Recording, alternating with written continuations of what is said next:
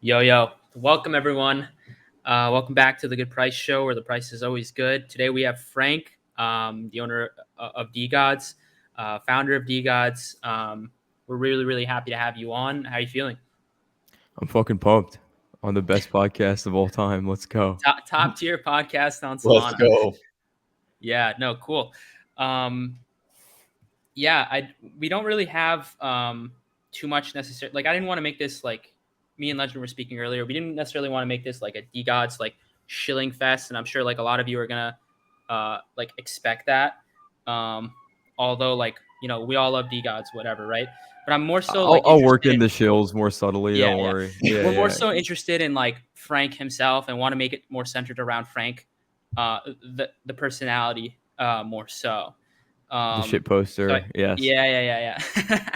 So I guess we can start off by like how did you get involved with Solana, period, and also like shifting over to Solana NFTs.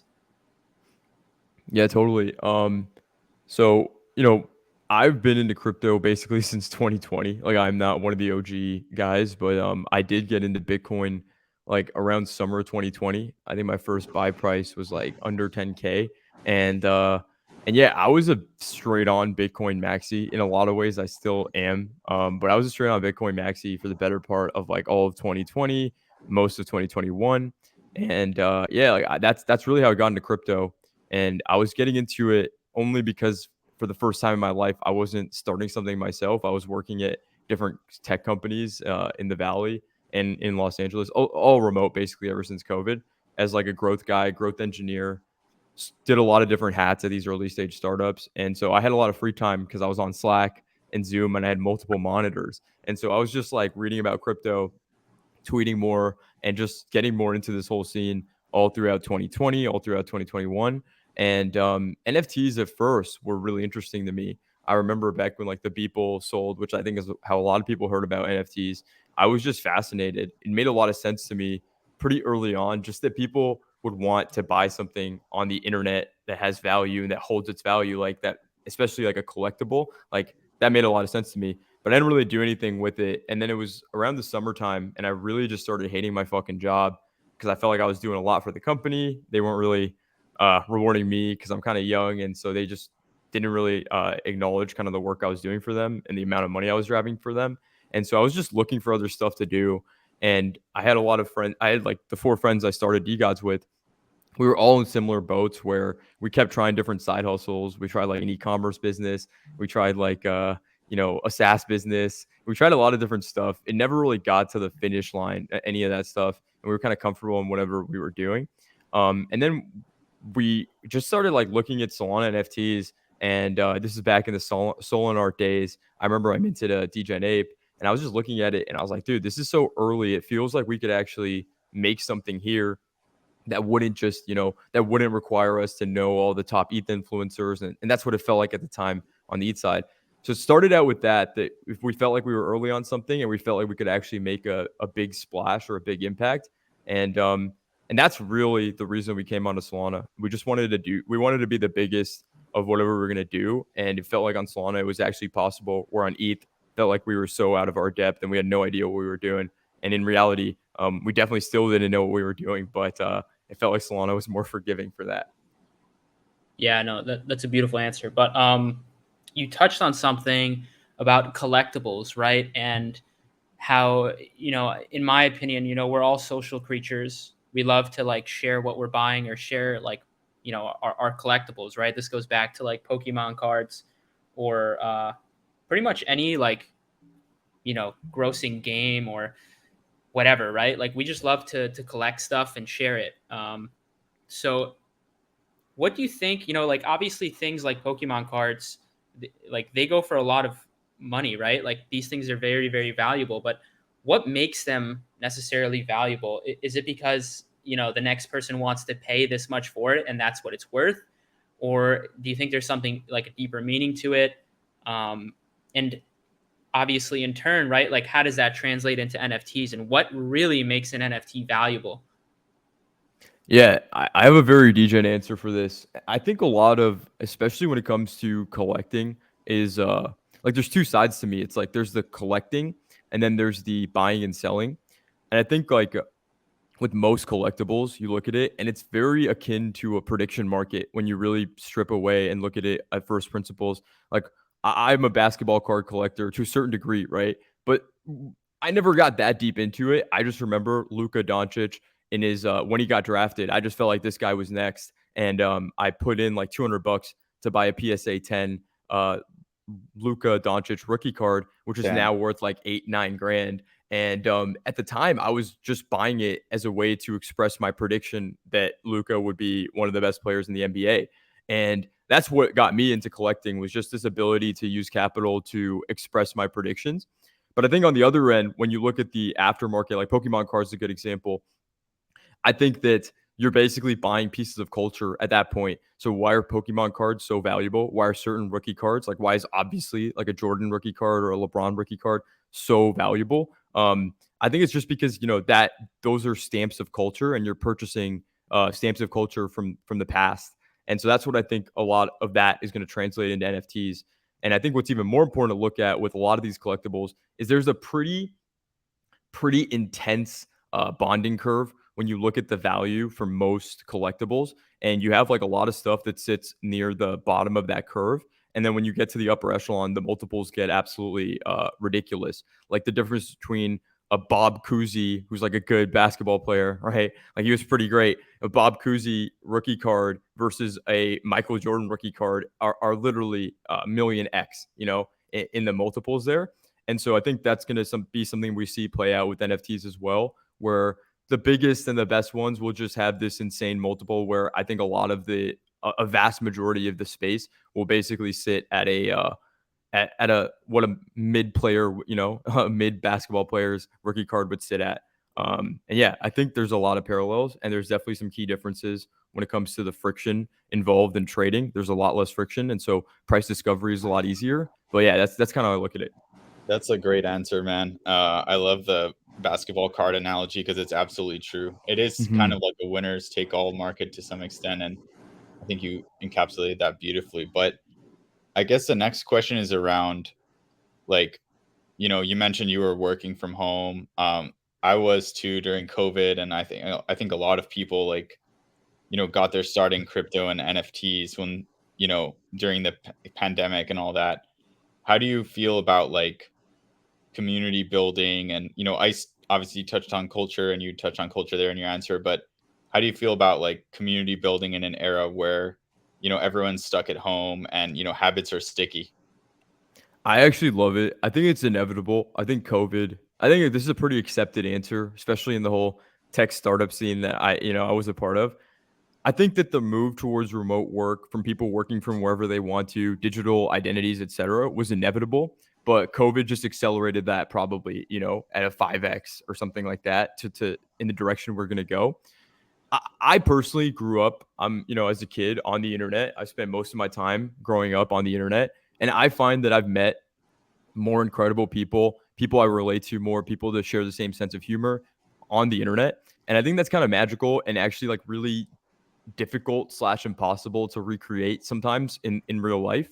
And so what I see happening is just the idea of a digital identity, the idea of digital communities, to me is a no brainer. And it's only going to become bigger as a cultural movement. What I don't know is what exactly that's going to look like. And I think what we're trying to do in the big picture with Degods is definitely trying to figure out what that trend is and be on top of that first. And we can get more into that later. But yeah, that's how I look at a lot of the software we build for Degods, is how do we connect people across shared interests, shared desires, etc., on the internet, and create digital communities in that way. Because I think that's just one of those no-brainer things. Of course, that's going to happen, and of course, there'll be elements of IRL in there as well. Like it's not just going to be people on a computer screen chatting in Discord. But I don't know exactly what it looks like. But that's very very exciting to me. So, in one of your earlier answers, you said you felt like you were early to something on Solana, right? Mhm. So, I guess when were you sold on Solana itself, right? You could have went with like AVAX, could have went with Luna. Thank God you didn't.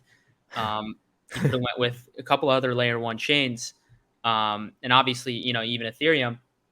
And I know you had your answer on Ethereum, right? But there's these other chains, right? Why do you think Solana, I guess spoke to you, or you thought Solana was, the next chain to onboard the next, let's say 100 million users? Honestly, it had nothing to. It was basically just Phantom Wallet, like real talk. I So remember when I it met. was it was Yeah. the D app that was already available then, like Yes. because right, Like okay, before that I makes a knew lot of about the sense. TPS, before I knew about all the TPS and like all the better, cheaper, faster, this whole like ecosystem and all the cool intricacies of the technology with Solana, I'd used Phantom Wallet and and I'd also used MetaMask plenty of times, and I was just blown away. And I just felt like, dude, if we're gonna make something and we're gonna use this as the key interface that people buy, sell, and like interact with our stuff, like I could get behind this, and I'm down to help blow this up, and I'm down to be a part of this movement. For me, it was just straight up, yeah, Phantom Wallet, like that. That's my shortest and most direct answer I can give you. That sold Yeah, me day one. Yeah, no, understood. I hear a lot of people, they love like near, right? And there was a whole lot of buzz around near NFTs. is And I'm near sure, EVM? I actually never even touched it, so I don't even Yes, know. it Okay, is. got it. So you use MetaMask and you make the different sub, like you use the different what's it called again? When you Yeah, go there's like a Harmony or not. I can't remember what it's called. It's some kind of subnet. Sorry, Yeah, Aurora. subnet, something like that. Yeah. For Aurora. BSC, you do the same thing. Yeah. Okay. So that's what Near is. Okay. Yeah. yeah, and they have a marketplace, um, but it's not necessarily like such a user friendly marketplace. Like I've been on there a few times. I didn't really like the interface. It was kind of hard to buy and sell. I couldn't really look on what was trending. The chain lacked the tools. Um, and that sometimes comes with being early, like being early enough to be like, you know what, like eventually somebody's going to come along and build the next best wallet, the next best marketplace, and XYZ to have a fully functioning, ecosystem within it, right? But I had the same reaction when I was, trading on MetaMask, and then I made a Phantom wallet, and I made my first transaction on Phantom from, wallet to wallet. Like I lost obviously no fees and no transaction fees, pretty much. I mean, the speed was just like before I even clicked sent, it was already in the other wallet. Yeah, Um, that's the magic. Back dude, in the fucking it's like a back last magical wallet, August. Oh my especially when god. Solana Yeah. TPS is high. Like, Yeah.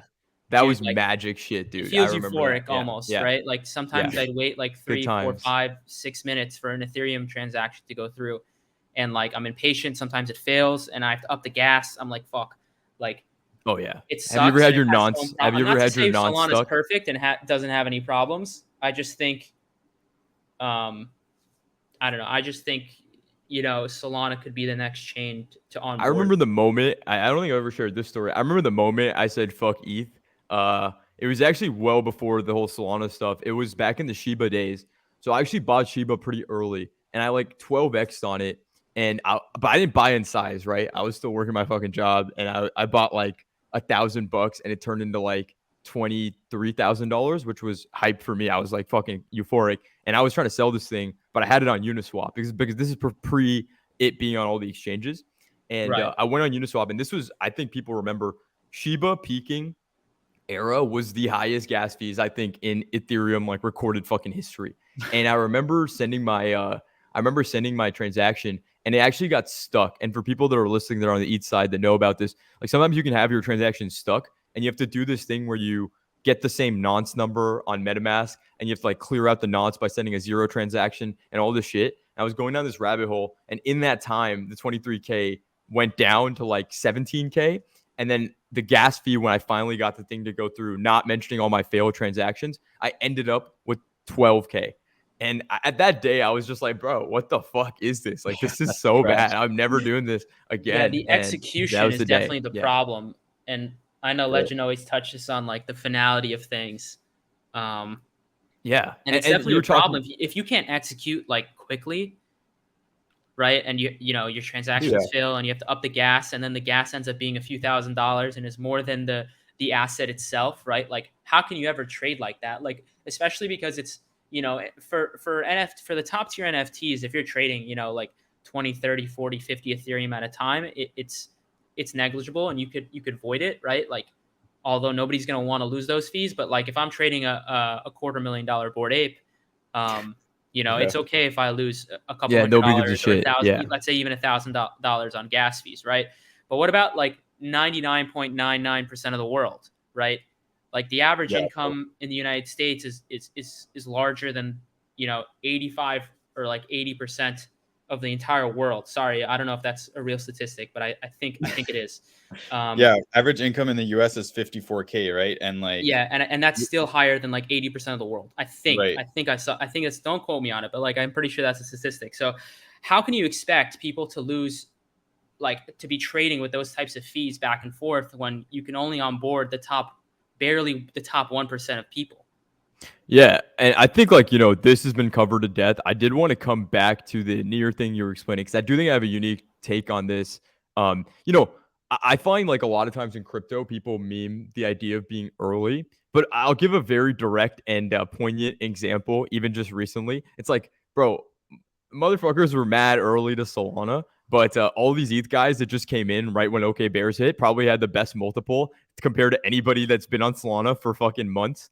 And it's like, to me, I actually don't think being early, especially with NFTs, is as important. I think like volume, liquidity, all that stuff, like ideally it's there before you get there because then you can hit a dub and it could actually be a sizable win. Whereas when you're buying like near NFTs, the idea of like trading them, and I don't know anything, I might be talking totally out of my ass, but like I do know there's not even close to the amount of volume on near than there is on even Solana, let Yeah, alone ETH. not even close, dude. Not even close, right? So like, what are you even doing? Like trading NFTs there? Like, bro, you know what I mean? Like, might Yeah, as well just come to Solana and then wait for fucking volume to pick up because what you're basically betting on is you get a punk or an SMB or like right. something that's dumb early. But then in that case, you're just buying and holding that thing. And at that point, I feel like from what I've heard about near, I feel like that one is already invented and so or already been created. And so I don't even know what the goal of like trading on a low liquidity chain, is. And I've been screaming from the top of my lungs about how the most important thing for Solana is just more volume, more liquidity, and things are going to start working out. And like, OK, Bears comes along, they start, bringing in these fucking huge numbers. And now all of a Yeah, sudden it's Solana summer, which is like, yeah, no shit. Cause now people are like, okay, I can actually come in and it makes sense for me to come in because there's real numbers involved, not just some like baby shit. And I think like for a while, we were operating, Degods especially, right? We're just operating in baby numbers. Like I remember us being top volume like every single day for 2 months in a row, basically. And then OK Bears comes along and does all of our volume in like 3 days, like 3 or 4 days. And yeah, now Yeah, and it's like, dude, crushed that's the best everyone, thing that dude. could happen it's for the chain, crazy, right? dude. Because now that's the standard. So Bro, let's keep hitting bro, projects like that. Yeah. and that's just OK Bears. And now throw Steppen on top of that, which is doing 1 to 2 times Magic Eden's volume per day. And people are not realizing how big Steppen is. Like it's 80% off chain, which is part of the reason. But I think comfortably at this point, like comfortably, if you add Steppen plus Magic Eden, you're at a multiple of OpenSea's daily transaction volumes. Beautiful, man. Yeah, step in, dude. What a fucking story. I love it. And it's just starting out, right? I see Steppen trending. I saw a multi-coin partner left to be chief of revenue. Like the normies have not picked up Steppen yet. This can be a 2016 Pokemon Go style phenomena that people I think will be just floored by, and it's powered by Solana, which is the most Yeah, beautiful and thing. there's a lot of other coins like the move to earn, um, I guess meta, right? Like Steppen obviously ignited it, and now I see like all these other coins even getting like tier 2, tier 3 exchange listings, and IDOing and trying to be the next Steppen, and sometimes a lot of them put um, their own twist on it, not necessarily like a walk to earn or move to earn, but I see like, I don't know, like sleep to earn. And I know that sounds crazy, but like they track like your sleeping patterns and how many hours you sleep like Yeah. consecutively, and if you're like if you like show good sleeping trends, like you earn more tokens. I don't know exactly how it works, but like cool things like that. I mean, that's pretty cool. I don't know how it would necessarily work from a tokenomics standpoint. um No, and I'll tell you on the tech side too, right? For the five nerds that will listen to this, what I think is fascinating, and this is something that Solana Labs, when we work with Metaplex back when we launched Degods, I remember Redacted J from Metaplex told us because we were going to use Arweave. For people in the audience that don't know, Arweave is like the IPFS, which is kind of like a decentralized. I'm doing air quotes, you can't see it. Decentralized like way to host the actual image that is your NFT. And actually, Redacted J, when we were launching, he said, dude, it sounds like you guys want to do some wild shit with your NFTs. I recommend you just put it on AWS. And we were like, oh my God, like, are we allowed to do that? And dude, the answer is I think that the future of users and consumers on blockchains, it will be a lot like StepN and a lot like Degods and what we're doing, where a lot of the stuff that we do is actually off chain. Like even the Degods, upgrading your God is totally off chain except for the dust payment that you make to do it. We have an AWS bucket and we have an S3 bucket and we like swap them in that way. We host our own endpoints and all this stuff. And that just makes it way more efficient. Whereas if we were updating a fucking Arweave thing, it would cost, like it would be to update all these things. So to me, I just think that's such a wave that people are sleeping on, and you're not allowed to say this shit on ETH, right? Like the idea of doing stuff off chain is like blasphemy, and I just don't think that's the wave. Like you look at real consumers, and every single year for the last 12 years, they will not read the terms and conditions, and they will just click I approve. Who knows what the fuck could be in those things? Nobody gives a shit. People will give up their privacy, like, and you can debate whether that's a good thing or a bad thing, and I think that's a valid debate to have. But you cannot debate that is the human condition and the human tendency to just give that shit up for something that's easier, cheaper, faster, free. So I don't know, I don't know how you debate that point because there's too much data, facts, and like a history of people choosing for the free option if it means they have to sell their data.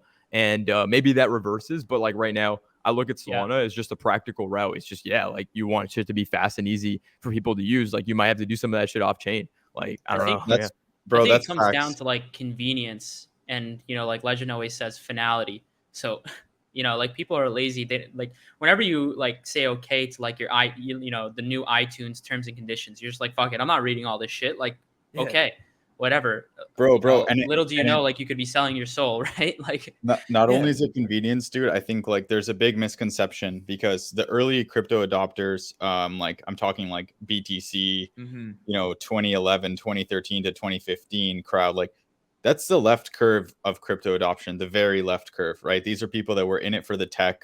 They solve for decentralization and basically like internet freedom and autonomy over everything. Like they're almost like Edward Snowden types, right? But then the new cryptocurrency user doesn't care about decentralization. That's a hard fact, and everything they know is centralized. So it's like I love that you guys they are even just buy embracing crypto. it. Sorry to cut you off. They even buy crypto on like Robinhood, and they buy it on like Fidelity or whatever, like these obvious centralized exchanges, and they're just like obvious KYC, and they're just like, fuck it, like it's more of an investment rather than sorry to cut you off, but like and also like just to round that point out, like if only 0.1% of all crypto users have been adopted so far, and this is like the left curve, which I think is the consensus, or middle left or whatever, why would we solve for decentralization and stuff that's like only interesting to like the most in it for the tech people? Yeah, I totally agree. And I think sometimes people hear this and they hear it as like Satan talk because like, oh, we're going to turn into the Fed, et cetera, et cetera. This is where the BTC maxi part of me comes out where I'm like, okay, where is decentralization really important? Well, if you're going to have a neutral global reserve asset, like a global reserve currency, like, like fucking decentralization and verification and trustlessness really fucking matters. But like, as you guys said, when I hear like people are going for centralized solutions, it's not like this was something that was available back in the day. Like decentralization and trustlessness was definitely and is partly still the wave. Like it is still important. But when you have companies like Coinbase, when you have companies like Binance that have a very proven track record, that speaks more to people than code that they can't read. Like not everyone can audit a smart contract, but everyone can look at Coinbase and be like, well, I don't think they've lost any significant user funds. Like, yeah, I'll just fucking trust them, right? Like that's way easier to do than auditing a smart contract that's supposed to be perfect when there's exploits like every day. Like I just want to question that notion that like people when the Ethereum Classic fork happened, and I know I joined crypto in 2020, but I like to do my research, and I feel like I've read everything you can about the history of crypto. I didn't experience it, but it's like when the Ethereum Classic fork happened, for that original DAO, they audited the fuck out of that code. They had all the top guys at ETH auditing that code, and that thing slipped by. And like that, there's exploits literally every week. in crypto, so on the smart contract layer, but there aren't exploits on the trust of Coinbase, for example, right? So yeah, I just think people need to like really look at this in a three-dimensional lens and realize that there's more layers of adoption than just like a smart contract that literally 0.1% of the population can read. Yeah, man. No, it's a great point. I mean, it's kind of like it's going to be multi-pronged and really to get widespread adoption, which is what's going to take crypto to the next level, like call it, from a $1 trillion market cap to like 50, 100 and beyond. It's going to have to be a combination of centralization and decentralization. Pure decentralization will never get us there, and that's just a fact. But the next question is around community. I think shifting a little more into the DeGod side of things.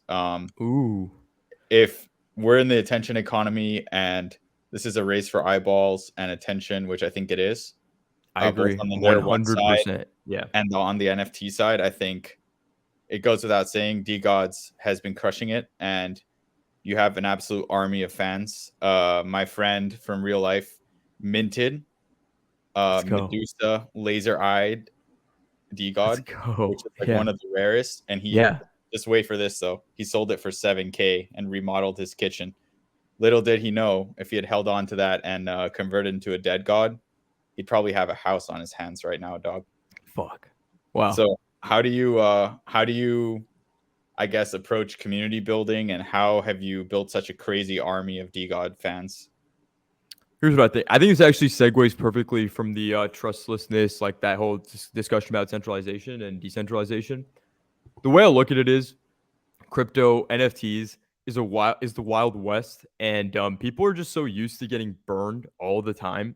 And I felt like from day one when we launched DGods, the goal was always to at the end of the fucking day on a very primal and instinctual level. Like I wanted the community to know that no matter what, I work to serve them. My team works to serve them. And everything we do is designed to give value back to DGods and back to, when we launched Duppies, the exact stuff we exemplified with DGods that's gotten us where we're at is going to 100% be the case for Duppies.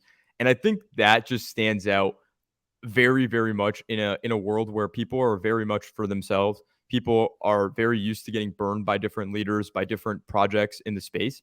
And so I think like when it comes to developing a rabid army of holders, it's we've just proven time and time again when things are tough and we have to make a hard decision, we will always choose to prioritize giving value to and providing value to DGods.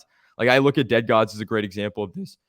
At the time, maybe before Dead Gods launched, we had finally started picking up. Dust was going well. We started this whole like raffles meta, and that was like kind of crushing it. Everyone's like, "Yo, what the fuck is this?"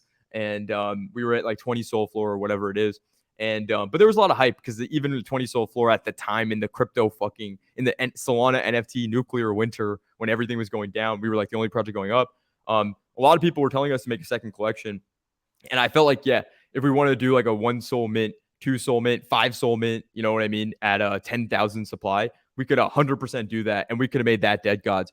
But the way we looked at it was that's going to dilute the value of everything we've built here. And so we kind of came up with something that didn't really exist before, but when you derive it from first principles, it was just very clearly designed to give value back to DGod holders. And so instead of creating a separate supply and a separate collection, let's just update the fucking JPEG itself with art that took 10x the amount of time, effort, love, and labor to make. And that's basically where Dead Gods came from. And that's kind of how I look at a lot of the stuff we do, even with Duppies right now. People are criticizing us about the mint price, but that was just math, right? Like I'm looking at the dust supply and I don't look at the dollar value for dust. And I've said that from day one, right? I understand other people do, but I'm just looking at it. Our goal, our target is to take out about 70% of the circulating supply of dust. And it takes like 11 or 12 days for Dead Gods to generate enough dust to mint the supply. To get to the mint price. And so for the rest of it, like we also want to be logical and fair. So we want to make sure we do cool bounties and get the right people into this new community. But yeah, I think that's a long way to answer. How have we created this army? It's just by constantly proving that no matter what, we'll always prioritize our guys. And I think that's a really nice feeling for holders to have. Yeah, that was a damn. That was a lot to take in. But But yeah, I mean, segueing into the duppies, Let's go. the original idea, right? I'm assuming is to onboard more people to the Degods, umbrella. Or is that not the case? I think that's part of the answer. I think here I'll give you the breakdown, right?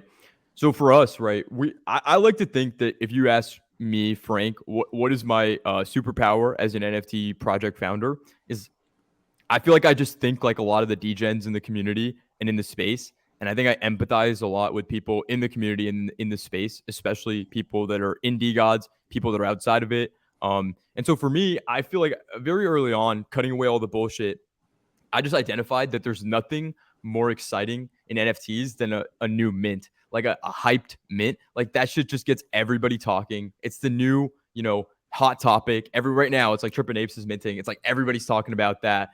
When OK Bear was minted and then they were going crazy, it's like everybody's talking about that. And you guys are influencers and you have your little takes on it. You're like, oh, this, that. It's like now it's like the town square and everyone's talking and it kind of creates a lot of hype that really nothing in the secondary market, in my opinion, can create. Like I could go out tomorrow and do the most crazy fucking news for Degods, and it still won't be as much of a talking point as like the Trippin' Apes mint, because that's just the game that we're in.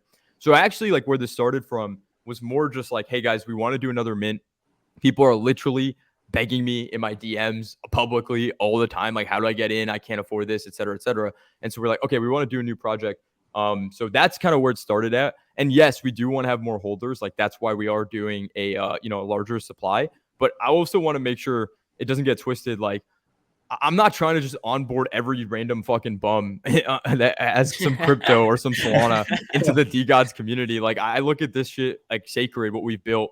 And so Quality I just think, holders. of course, there's going to be a high barrier to entry. I really don't know what people were expecting here. Like that we're going to have a 50,000 supply and do it at like 20 dust or 30 dust. Like, bro, are we in the same universe? Like, you think that shit's going to moon? You think that's going to do well? Like we might be going into a fucking recession and people want me to do like a crazy, low mid price. Like that's not it, the numbers just don't make sense. Like how do people justify that? And so yeah, I think like that's kind of where the inception for Duppies came as like that's where the inception of a second mint came for Duppies. Where it really started was I feel like, we're doing something really cool here with Dust and with Degods, and I'm very excited. But I knew for a fact, like the new project that we wanted to do, we didn't want to kind of fall under the trap that a lot of projects with tokens fall under, which is you mint a second project and it has either like a lower yield rate of that token, a higher yield rate of that token, or whatever, because that's when it really becomes a Ponzi, right? Because whatever you do in that situation with those tokens, like whether it's a higher yield, as long as the new project is yielding those tokens,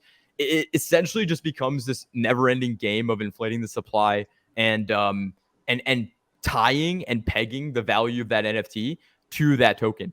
So to me, I like the idea that we're going to be doing a lot of different projects that will all feel very standalone and will kind of live on their own as a brand. But in order to make sure that Degods stay the fucking gods of the universe, because we could raise a lot of soul from this, right? Like I could go out and say we're going to do a 10 soul mint, 15 soul mint, whatever, and we would actually make some bands, like us as a team, us as a project, us as a DAO. Like, yeah, bro, I could be we could literally raise a lot of money and I can go buy a Lambo or whatever. But Dust, it's like, why is this gaining in value and why do people see the value in it? And why is this like a great thing for Degods? It's because where we could have economically accepted Solana for what we're going to mint, we're taking all of the labor, hard work, time, and effort that it takes to create a new NFT project. And we're basically like giving it in a currency that we're not going to sell. And I think that just creates a squeeze and an excitement around that currency itself. And we want to just run that playbook back. So the next project that we do after Duppies, who knows, maybe it's in 4 months, maybe it's in 3 months, whenever we're going to do it. Maybe it won't be 100% Dust next time, but it'll also be in Dust as well. And so that's just my way of saying, yo, Degods, like you guys took us, this community took us from being literally nothing to the top project on Solana. I'll never forget you guys, even though it's important that we do really cool shit with new projects. I'll never forget you guys, and I'm going to make sure that Degods always gets provided the most value that I could possibly provide, and that's our way of doing it. But yeah, long answer there, but that's kind of the scattered thoughts on where Duppies came from. But That's for awesome, sure. man. I think just like the whole idea of it and doing it in your own token is awesome. I mean, how, like you said, how easy would it be to do a 5 soul mint? That shit would mint out instantly. And yeah, I think using Dust shows a lot of conviction. I think like there's been quite a bit of FUD from people, most of them like obviously not Degods owners. But people just talking about like the supply size and the 375 dust, like want to just give you a chance to Yeah, like address I'd it love and to. then just point people like, yo, like good price show talked about this. Just No, I'd go love look at to. minute Yeah. 35. Yeah. I'd love to talk about that. So I'll start with supply. To me, I think this is an experiment, and it's unclear to me right now if Solana can support a 20K collection. To be totally honest, we might go into a fucking recession. Okay, like this is a very real thing, and I think like having such a large supply, like I think a lot of people expected 20K, but as we were really like doing the math, was it worth taking the? Because I also like to play poker. I'm like a game theory guy, like risk reward, right? Like, what is the reward of us doing a 20K collection? It's just like giving more people access to the collection, but is the end product of what they're going to get will that be what they're looking for? And I think the answer would be no if we did a 20K collection, because there's really no evidence that a 20K collection can breach the kind of numbers that Degods is breaching right now. And so we were bouncing basically between like 17K down to 12K, and we landed on 13,333, partly because of the meme of 333, but also because it felt like 8,000 ish dead gods that will get guaranteed spots, 5,000 that are open to to the public, and I feel like that just seems like a really good number, like 5,000. I think we can find 5,000 diamond dick like fire contributors to this new project, and that's kind of where the number came from.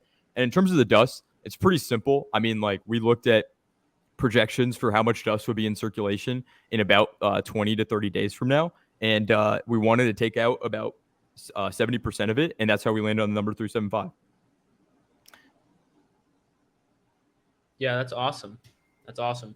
I think like, the purpose of a second collection, right? A lot of people are just like, oh yeah, we're going to onboard new people that can't afford the main collection, right? And a lot of times it's like, yeah, the second collection will serve to also benefit the main collection.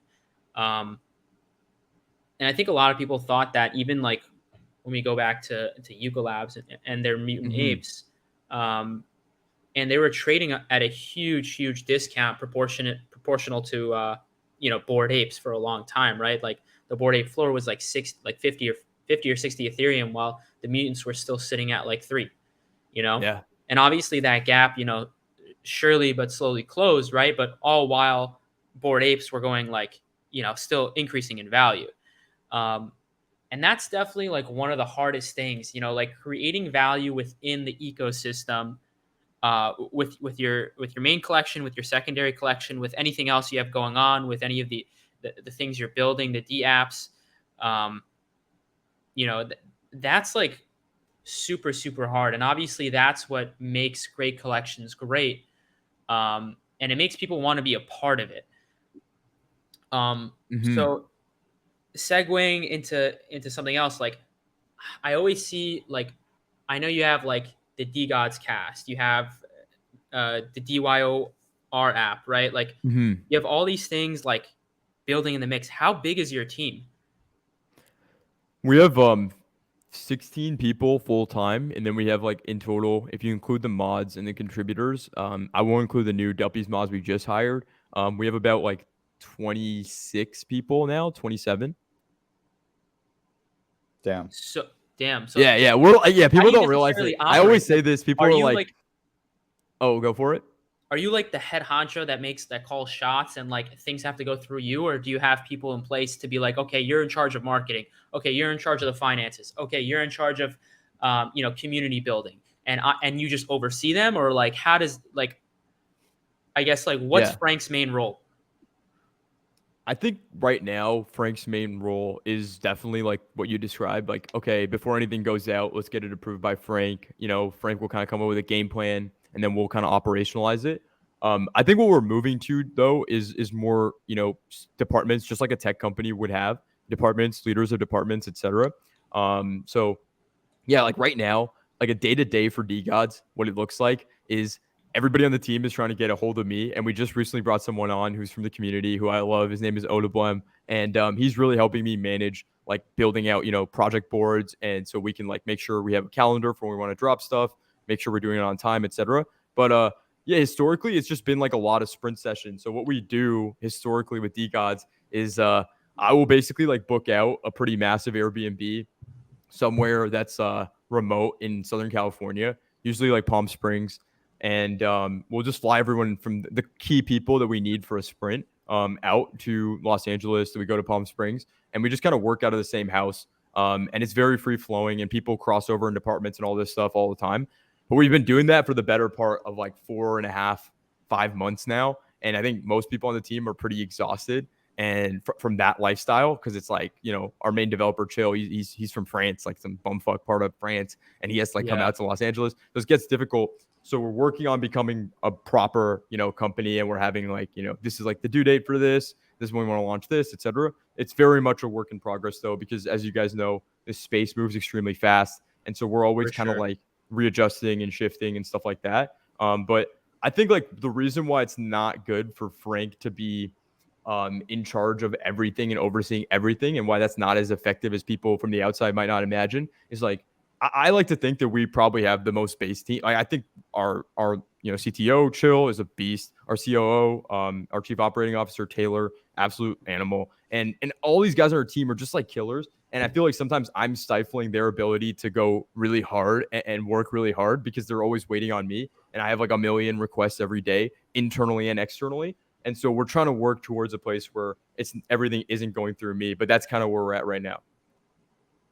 Damn. And So that's why, to wrap it up, I always say, like, and I tell the team this all the time, people love to gas up Frank. And I think that's because exactly like I shit post, I'm replying to your tweets, and I'm like, I'm the most visible person in the team. But I always, whenever I'm in interviews, I always deflect and say, like, guys, when you say like you love Frank, what you're really saying is you love the Degods team. And it's just easier to say the word Frank or Frunk than it is to say the Degods team.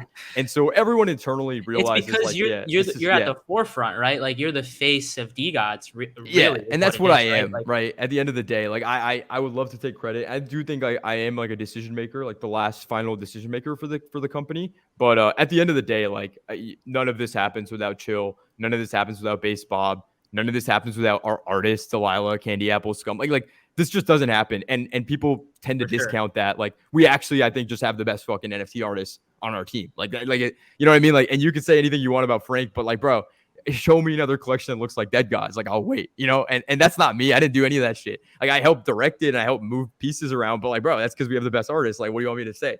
And so I look at that and I'm very grateful for that. And I think that's my bull cases, a bull thesis personally on Degods is, yeah, bro, like the team is stacked. Like, fuck Frank for a second. Like, the team is just stacked.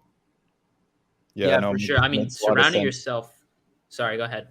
I was just gonna say, like, it's obvious. I think like some people think that Frank's doing like everything because you're kind of a one man army, bro. But yeah, I mean, it makes perfect sense. Like, it has to be a well run organization to like do what you guys are doing. I guess like my next question, and I mean, Ice, you can ask something too before, but I was just gonna ask around like, how do you feel about multi chain? And like, I think there's a trend now of like ETH projects looking at Sol, or even some Sol projects looking at ETH. How do you feel about like like DGod's ETH collection? I think it's a meme until it's not. I think it's like a gimmick until it's not. Like I have not really seen anything work yet, and it's not something I'm particularly interested in right now. But I could see somebody doing it right and that shit hitting. Now, like the whole model with what we're trying to do with like D Inc. / D Labs is we want to launch a lot of different IP and brands, and because that's our bull cases on NFTs is what's gonna last. You know, at the end of the fucking day, whether there's like a nuclear winter in NFTs or not, like what is going to last? It's going to be like great IP and that stands and is constantly being developed. Like that's what you see with Marvel, that's what you see with Disney. It's like they made some, comic books, they made some cartoons, but they didn't just stop there, right? They made like multiple seasons. They made a movie, like Yeah. they made merch, they made fucking toys, like they make all this different shit around that base IP. So to me, right now with DGods, like we're just looking to do a land grab on building incredible IP in as many different ways as possible. And so I just think like maybe one of those IPs should be on ETH and it makes sense to do on ETH, and we'll do that one on ETH. But will DGods ever migrate to like DGods, Dead Gods? Like, will they ever migrate to ETH? Like, fuck no, right? Like, I love Solana. I'm here. And so, yeah, like that's how I think about it. I think it's a gimmick until it's not. I'm down to see someone do it well, and we'll happily be the second or third mover on that. Do you ever feel like a point of exhaustion where you're like, damn, like why is everybody coming? Like when something goes great with Degods, you're accredited, right? when something goes bad with Degods, right, you're also accredited. So do you ever feel exhausted in terms of like, the attention specifically that you get? And how do you, Mhm. balance that between, your work schedule and being like, like misinformation between like in Twitter or in Discord, um, if you know what I mean, right? Like, Yeah, no, 100%. I think where I didn't realize how much of a blessing it was until only recently. But I think like I got all of that anxiety and exhaustion out in the first like 3.5 months, 4 months of DGods because we came into it with a very confident attitude and we were knocked down like really, really heavily by the market for not just like a week, not just like some temporary Twitter FUD, but like pure black hole abyss where everybody and their mom was, your boy's selling a Medusa for 7K. Like, everybody and their mom. I retweeted this thing today. Like, basically the last kind of down cycle for DGods, like a lot of people kind of floored their rares. Like I saw someone that sold the Halo for 4.8 soul, bro. Like 4.8 soul. I retweeted that shit today. And so what I'm getting at there is I feel like in that time period, it actually just made me kind of man up and become a lot tougher in a very accelerated time because in my mind, I was like, there were many, many points where I literally wanted to give up on DGods, like many, many, many, many times. And I was just like, fuck this. Like, what's the point, right? Like there's other projects that are just disappearing. There's other projects that kind of just slow rug forever. And I was very much on that wave for a while. But what I just value more than anything is just my sleep at night and not like the number of hours that I get, but like, do I feel good when I go to sleep at night? Do I feel like I'm doing the right thing? And at the time, and there still really isn't a lot of clarity on what it means to rug a project or to leave a project, but it just felt like the wrong thing to do. It felt like this is like not the right thing. When I tell my grandkids, like, how did I get my first bag? Like, do I want to tell them that I slow rugged a fucking NFT project or whatever? Like, no. And honestly, like, it's a crude answer, but that was what kept me going through like a lot of the hard times for DGods. And so when shit started going well, I just felt like I'm ready for this thing to nuke back to zero. When we went to 10 soul, we went to 20, 30, 40, 50, every single time in my mind, I would just get equally as stressed out when the market was going down or people were like flooring their DGods or whatever and like the price was going down. I would get equally as stressed because I was so used to being in the black hole and like the abyss of nobody giving a shit and everyone fading us that I just like learned like, dude, like I have to always keep that same mentality. Like even right now, right? We're like, we hit all-time highs, a few days ago, but we're down. I'm just like, all right, well, I don't want this trend to continue to go. I'm not going to like ease up because I know how this game goes. And if you just like get too relaxed and you're just like, oh, it's all good. Like some people aren't seeing it. You know what I mean? Like you put your foot off the gas, that really does multiply. And so to me now, I get a lot less stress because I'm addressing problems like right when they happen, as opposed to kind of being like, oh, let's see what happens. Let's see it play out. And so that's where now I feel a lot less exhausted and a lot more energized and motivated to keep going because, like I just don't want to go back to there. I don't want to go back to the fucking black hole. And that's so like easily the most motivating thing. There was definitely like obviously a big learning curve between like, prior to Degods launch till midway. And then like obviously till now. 100%. Yeah. And I'm sure you've learned like so much along the way. What do you think, like, new projects coming out and new project leaders and their teams? Do you have any, I guess specific advice for them to be like, what, anticipate this, or if this happens, don't address it this way, based off of like what you learned? So the first thing I'll say, because I see some people like, I could see it. I'm not like dumb. Like I see some people definitely trying to emulate whatever energy I put out as like new project founders, like the Frank energy or whatever. And I think like that's the worst thing you could do. Like you should 100% just be yourself because this is like a long-term game and you're never going to be able to be sustainable trying to be like somebody else. But very tactically speaking, and this is sick because it goes back to the first conversation we just had in this call. We talked about like trading cards and, what we play out with NFTs and how do they fit as collectibles. What I always tell new project founders is if you don't see a pathway for this actually just like breaking the internet and taking over all the airwaves and being something that everybody talks about, like there's actually just no point in doing it. And you might as well go back to the whiteboard and figure out something that will do that. And I think that's a great way to get people to not like stress out and worry about the 1 to 2 soul difference in the floor price on a day to day, but also not ignore it. Because to me, it's like, let's just say you're project A, right? And you're going to take 3 months to put out a P2E game. Okay. Now, you can say like you're going to take 3 months to put out that P2E game, but if you don't feel like what that 3 months takes, which is an eternity in crypto, if you don't feel like when that thing comes out, it's actually just going to take over all the airwaves, break the internet, et cetera, dude, that's a big fucking waste of 3 months, in my opinion. And so I would rather that project do something that's quicker, that's easier and faster for them to execute, and just continue to build the momentum and find ways to solve for doing things that are faster and keep momentum going. Because in order to get to that upper echelon of the curve, in my opinion, you have to like really be not just a standout, but the standout in whatever blockchain you're on, whatever like lane of NFTs that you're trying to be. And so to me, I just always tell founders, like, if you don't see yourself and the moves you're making getting you to be like the top project or one of the top projects, like there's actually just no point in doing that. Like, you're not doing a service to yourself and all the work that's going to go into that. You're definitely not doing a service to your holders. So just keep that energy and really like push yourself and be ambitious and logical with what you're building. Like, do people actually want this shit? Do you think there's a disconnect between NFT projects that have centralized teams, right, like Degods, and let's say an NFT project that comes out and is solely based off of the love for the art, right? They don't have necessarily a roadmap, they don't have any type of utility. They're just like, what, we want to put out this art, and we hope you like it. I think that the answer is, I think people try to reduce it because we're always on Twitter to like the one liner, but I think the answer is very nuanced there. Because like, do I think if OK Bears advertised themselves as a art only project and they said like, this is all it is, go run this shit, the community, et cetera, do I think they would be as successful as they are now? Like, absolutely not. But I think they just made the right move and they made the right calls and they continue to make the right calls, right? It's just like, okay, what do people want that's fresh, that's different? Like, the art it's a slapper, right? It's an easy PFP for anybody to adopt. It hits, it's really nice, crisp, clean, etc.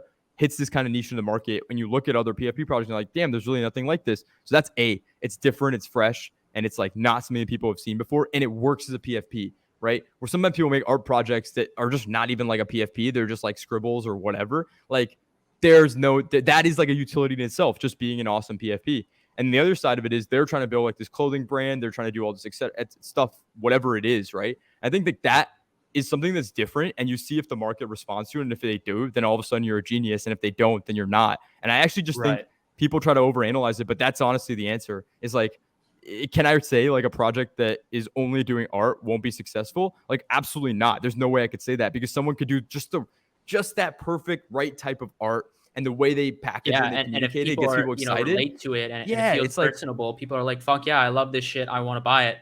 Yeah, and on the other end, it's like, can someone do like a crazy DeFi backed project that like has all these tokens, staking and tokenomics, etc. And like, could that fail? Like, yeah, but could someone come out with just the right iteration of it that just like hits, gets people excited? There's even like, it's like 100%. Yeah, like, of course they fucking can. Think about like even like Doge, right? Or I'll give you a better example, like MFers on Ethereum, right? Like, love that shit. They went all the way up to 5 Ethereum floor, right? They're sitting, I think, at like 1.5 right now, in a down market, but they went all the way up to 5 Ethereum floor. I think Ethereum was hovering around 3K plus at that point. So obviously a very respectable floor. I mean, it was based off of the like, "Are you winning, son?" meme. Yeah, and it was, there's no utility, there's nothing around it. It's just the art for the art, I guess, if you want to, if that's your thing, the meme aspect, and the community that likes it, and that's really it. That's all there is to it. And I think that's fire. Like, the art slaps, right? Like, whatever you want to say about the detail or the effort, it just hits as a PFP. It's there fire. wasn't like, false promises. That's the big difference. If you come into a project and you're like, you know what, we're going to do X, Y, and Z, and then fail to deliver on that, then you're failing the people who bought that, right? The same way where there's a startup, right? If you're a startup tech company, let's say, and you're like, we're going to go execute on X, Y, and Z, and you don't execute on X, Y, and Z, investors are not going to be happy with you. But if you say, you know what, we're just going to raise a bunch of money for pretty much like no reason at all, people will have no expectations, right? Like, it's all about fulfilling those expectations and saying what you're going to do and actually do it. like to execute on that. But if you're just like, you know what, it's just for the love of the art, here it is. If you want to buy it, buy it. If you want to trade it, you know, whatever it is, right? Like this is what it is. And you don't overpromise the stuff that you can't deliver. I think it's fair game. And you know, the best sometimes example of this, by the way, is Yuga Labs, right? Like, look at their original Bored Ape Yacht Club roadmap. And to this day, they haven't done like, you know, 50% of what's on that roadmap. And other side, you know, this new thing they're doing is definitely not on that roadmap. I don't even think mutants were on that fucking roadmap, right? And I think it's part of this like give and take. And this is where I listen to your podcast with the, you know, the Bloomsville guy. And I think like this is something that people don't want to talk about necessarily, but like it's something we kind of pretend and have this conversation around. It's like, okay, when is the only fucking time on the planet Earth that people bring up a roadmap and people not delivering on a roadmap? It's when the price is down. Like, let's be fucking real. Price goes up. Nobody gives a fuck about what's on the roadmap. There's like, man, all right, base team, they figured it out, etc. Oh, they love to adapt. And the art looks better too when the price is up. Oh, 100%. Yeah. Art always slaps higher at a higher floor, 100%. But, you know, so my take on it is like, that's why we launched this kind of different roadmap, I think, with Degods, is because I think the new meta will quickly become in a world where we've kind of exhausted. Like, you guys tell me, is there anything on a fucking roadmap that you could see that's actually going to make you mint a project? Like, I really don't. I don't know. Maybe probably like dumber not. investors. Honestly, no. I don't, dude. I don't even. I ask for roadmap. I ask for the white paper. Like, you know, if I'm being presented something and you know, projects want advice on something or whatever. But it's not necessarily the selling point, you know. And let's read into that. Let's read into that a little bit. I think people ask for the roadmap not to see what the things on the roadmap are, but to see the competency of the team.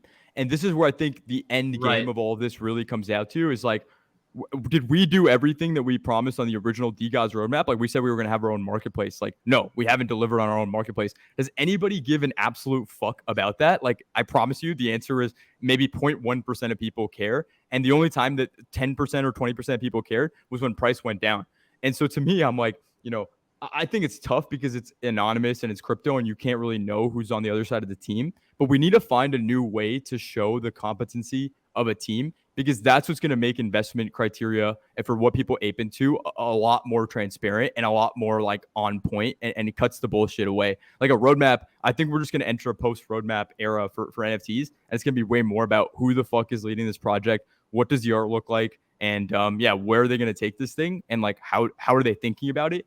But like, yeah, I don't think in this time in May 2022, people are looking at roadmaps and being like, oh yeah, they said they're going to do fucking celebrities or merch or whatever. Like, that's why I'm buying. Like, nah, dude. For sure. I mean, a lot of the roadmaps are like copy pasted. You know, I see roadmaps are like, we're going to release rarities. I'm like, dude, like that's the dumbest shit I ever heard. And, you know, nobody's necessarily, you know, anybody who mints that is like, oh, they're going to release rarities. Let me mint right now, bro. Yeah. You know, like nobody's thinking that.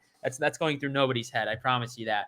So I think, you know, with all of that, the only thing you need on a roadmap right now is that Nate Rivers is buying your project. Nate Rivers, that's all you need, and you're good to go.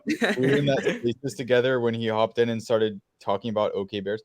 Dude is the best salesman I've ever heard in my life, dude. Dude, he is the Moses of Solana NFTs. I say it, I back it, I 100% believe it. Like, no Nate Rivers, would we be in this new wave of Solana summers? I think the question is up in the air. Like, I don't know. Like, this guy is like on another fucking level. Like, I respect the hustle so hard. Like, a lot of people hate on him.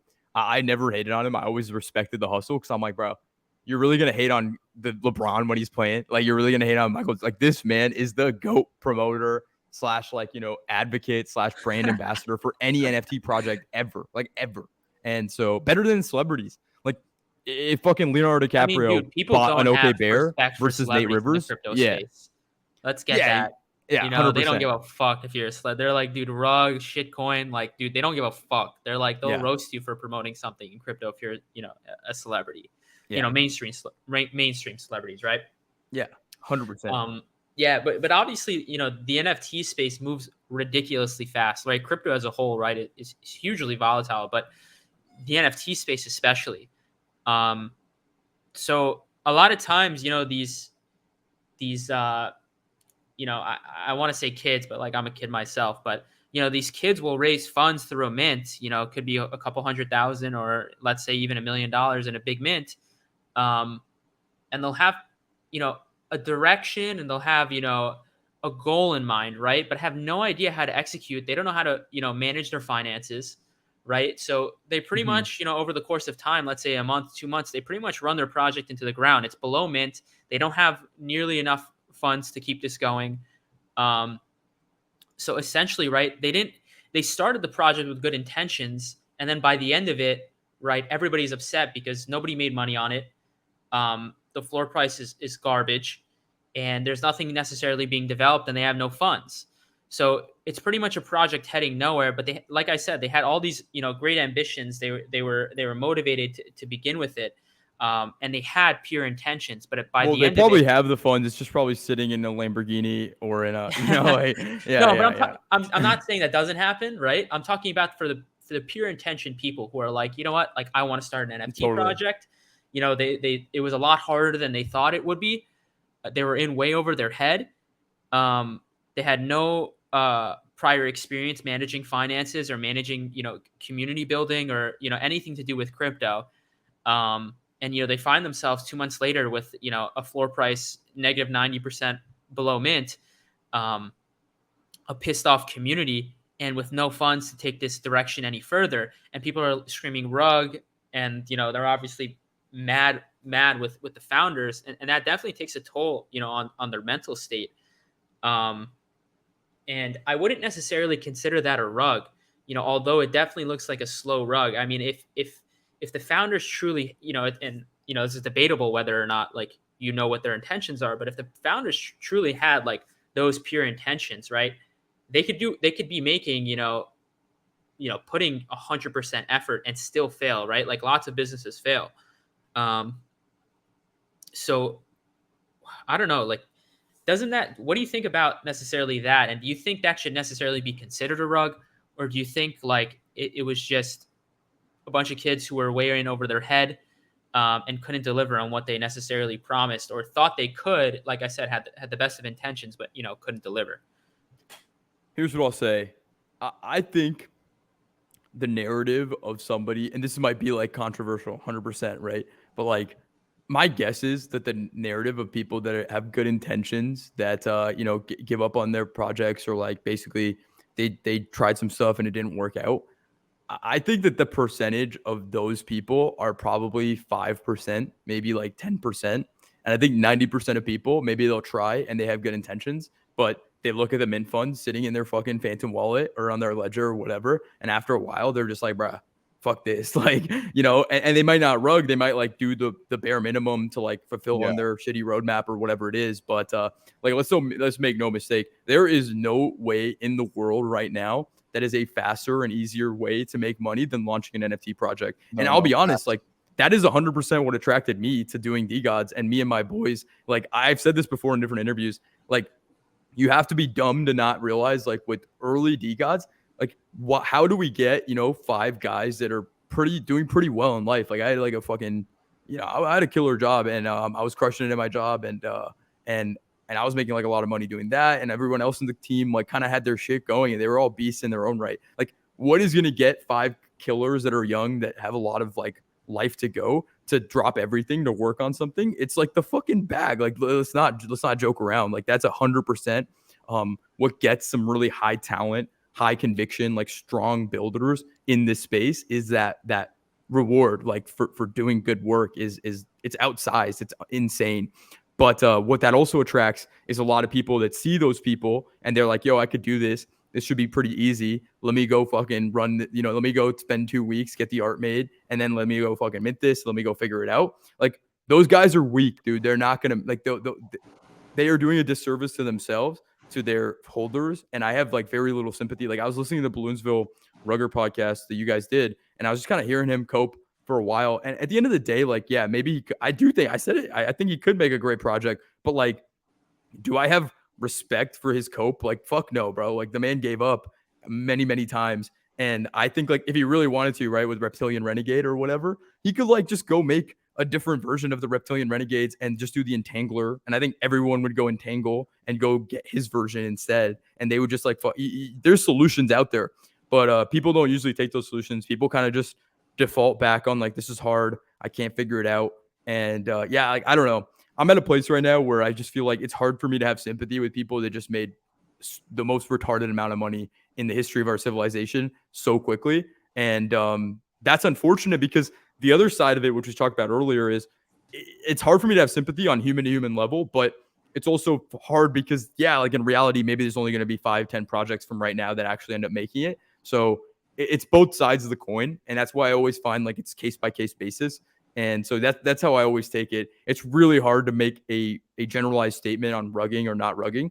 And I think it's just obvious. It's like, it's just a common sense thing. Like, yo, did this guy try? Like, yeah, they put out this thing and that thing or whatever. It's like, all right, bro, like, you're fucking trying.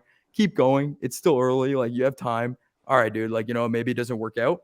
But like, if you're giving me 100 excuses for why it wouldn't work or why it couldn't work, it's just like, all right, bro, go enjoy your 100K, 500K or whatever and go fuck off because the thing failed. Like, congrats, dude. But yeah, that's how I look at it. How do you think, I know, like, sorry, I don't know if I'm like, Legend, if you want to say something, I feel like I'm like overbearing. No, let's keep it rapid fire. Keep going. Yeah. Yeah. So a lot of projects, they'll raise mint funds and they won't necessarily raise funds because that's what they need. They'll raise funds because that's what they can. And, they'll be like, we could go with, 1 soul mint or 1.5, but you know what? We can do 5 because there's that much demand for our project right now. It makes sense from a business standpoint to be like, you know what, we're going to have more funds to work with, right? But on the other hand, right, it depends if you're actually going to utilize those funds. Are you going to mint that and be like, you know what, I'm going to have a larger allocation straight up just to my pocket and then have a certain percentage allocated towards, project growth. So what do you think what is a fair amount for a project owner and its team to be taking from the project itself? So I have a very radical answer on this. The answer is like literally what you said. It's like whatever the market is willing to pay is honestly what people should raise. And the reason I say that is like, okay, think about it like this, right? Let's just look at the game theoretic kind of diagram here. And okay, so a project could raise for, let's just say 1 soul, or they could raise for 3 soul. And let's just say this project is a rug, right? Like it's a guaranteed rug. As soon as the mint funds fucking come in, they're just gonna rug this shit, right? Like, what is the impact difference realistically on like a project that raises, from if I mint 1 and I spend 3 soul on the thing versus I spend 1 soul, like, yeah, that sucks, but that was an extra $100 as the current soul price. Like, okay, I will live to fight another day. But when you multiply it by 10,000 or whatever the supply of the collection is, and that extra 1 soul or 2 soul can make the difference in this project being able to do like incredible stuff, stuff that's even cooler than what they're doing on ETH or whatever it is, like big stuff. Like the pro con there, it just seems like very clear that people need to get more used to more expensive mint prices. And the only reason people are fighting like the difference between 0.5 and 1 soul or whatever is purely like it's that game of chicken and the egg. It's the aesthetics. It's like, what's the multiple that I can get, et cetera, et cetera. But as a project creator, I will say this, like, I will be very happy in the day that people are accepting and there's great projects that do a fucking 50 soul mint or 75 soul mint, like like Moonbirds did. And obviously we're way early and we're not going to get to those days I right think now. Saying that just scared a few people right now. Oh yeah, for sure. But we're very early. It's not going to happen anytime soon. But what I'm saying is, if NFT projects with like actually capable, competent leaders are able to raise more funds, more things can be created by great capital allocators and great builders that have more funds to be like, to work with. And on the other side of it, like the downside, I just think it's a lot more minimal, especially when you're talking about increments of like, like right now, what did Trippin' Apes do? Like 3.5 soul? Like, bro, I don't know. Like maybe they could have done 5 and that could have made a big difference. They could have done X, Y, or Z things. They probably could have done 100%. Like yeah, 7, 100%. 8, maybe even 10 soul. And I think it still would have been sold out, right? Like, yeah. And the question is like, is Trippin' Apes the project that deserves that amount of mint funds? And that's like that's to be decided. But does the difference really matter when the whitelist tokens are going for 20, 30, 40 soul in that 1.5? But the way our community is, we're very immature. Like that would be a fucking huge deal. It's like, oh my god, bro, 5 soul. Are you Yogi Bear or whatever? People are willing to pay for the whitelist, and it's going to open up on secondary. I'm sure. Yeah, it's like we're just an immature place. Just around what the whitelist is selling for. 100%. We're an immature place, but that's also because I always like to give the other side of it. That's also because there's just not that many quality projects that actually can use the funds. in For a smart sure. way. There's a huge gap between Mhm. quality I mean, I think 99% of NFTs, 95 to 99% of NFTs are going to go to zero at some Yeah, point. I think there are very 100% few NFTs that'll have any staying value power. and Yeah. longevity, right? Like Yeah. it's a very I'm small just percentage. honestly, guys, the thing I'm a little scared of is that we're late cycle and macro picture is horrible, and Moonbirds and Ape land sales sucked so much money out of the ecosystem. I think it was pretty much a death blow to like thousands of projects when that happened.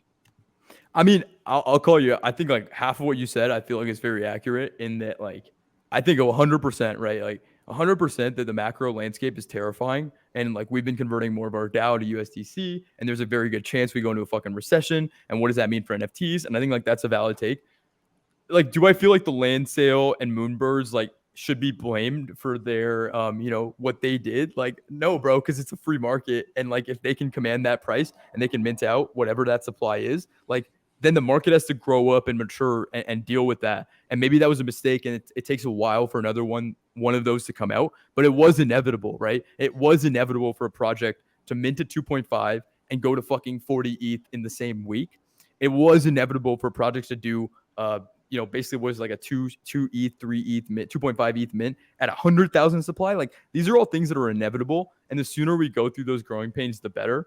If crypto was fucking mooning and we were like holding our support at like, let's just say, 3,500 ETH and like 190 Solana, and we were like, oh, could this go up? Could this go down? Bro, I don't think any liquidity have been sucked out. I think a lot of new people will keep coming in. I think we would have been perfectly fine. But because we're in this macro fucking terrifying borderline to like teetering on a recession age of like economics right now, it's a lot different. But like, bro, I don't know. I don't think that we can say that the NFTs are gonna be for the masses if we can't support and hold scale for a lot of these bigger mints and projects. So I think it's like a thing. Like I'm sure projects floors dip because people wanted to ape into other sides. But like, do I think that that should be a concern in the macro? Like, no, I think that's like necessary growing pains 100% because there's going to have to be another one if we want to get a lot of people in. We can't just have 100, goat or like fucking hippo or whatever projects and those be the only ones to get new people in just for degen flipping. Like we need some established teams that are going to make bigger size projects. So I think like, yeah, I don't know. That's my take on the other side, like sucking out liquidity, macro market stuff. Yeah, it's Yeah. fair. No, I mean, I think there's a lot of like, there's just such a chasm on ETH. That's the problem I see, is that most of the returns are accruing to the top projects, which I guess you could say it's more of an efficient allocation of capital towards teams that are, trusted and are definitely not going to go away, like Proof, like Yuga Labs. But Yeah, it's late stage what this market is going to turn into 100%. Like no yeah, doubt, it's actually better Solana because will be like that one day for yeah, sure. and we want that, right? Because what is going to get like okay, so people always talk Degods about wants bringing that. normies.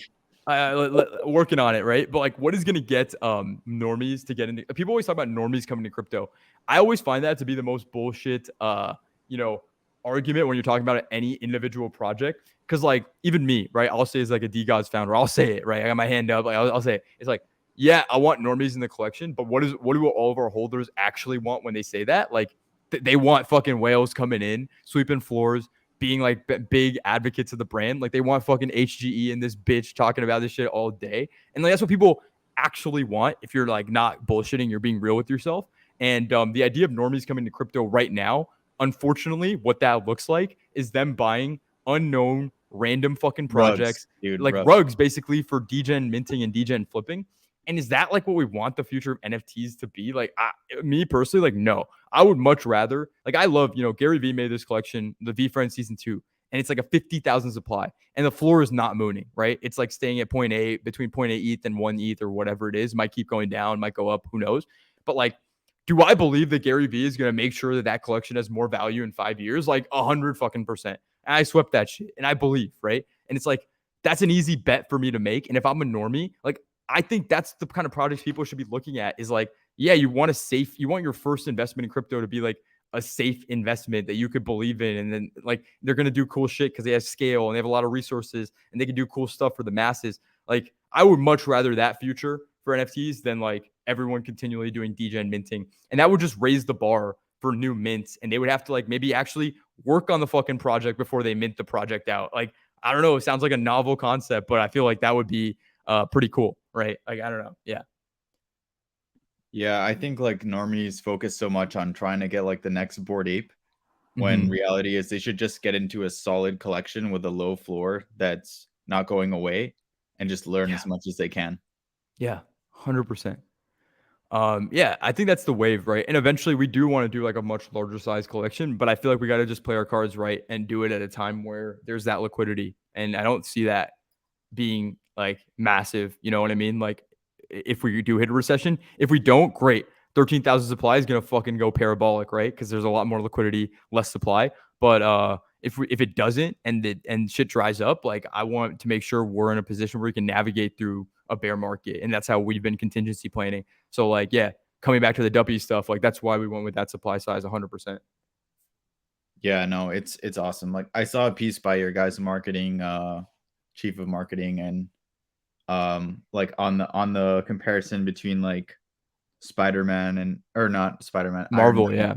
That's our chief operating officer. Yeah, our COO. He's a beast. Yeah, Killing yeah, it. dude, Yeah, that yeah. that thread was so on point, like, because that's exactly what it is. It's these 2 movies that were a huge success, Mhm. and it was just, realizing, okay, there's a line that we can take here, and we can just build, just layers of generative layers of value around this, and it Absolutely. basically has no end.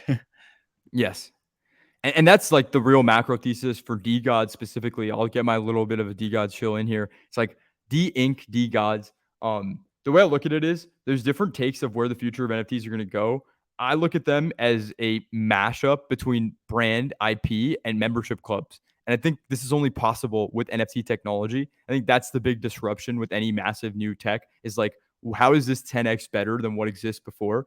And I think like when you think about a Soho House, for example, like a very premium membership club that people apply to get into, et cetera, and pay a lot of money to be in, like it's cool. And they have like a brand that you go and you hang out with other people in that club, but they don't have this external brand that's also growing. And you obviously have IP and brands like Marvel and Disney, and they're building all these different cool TV shows, cartoons, etc.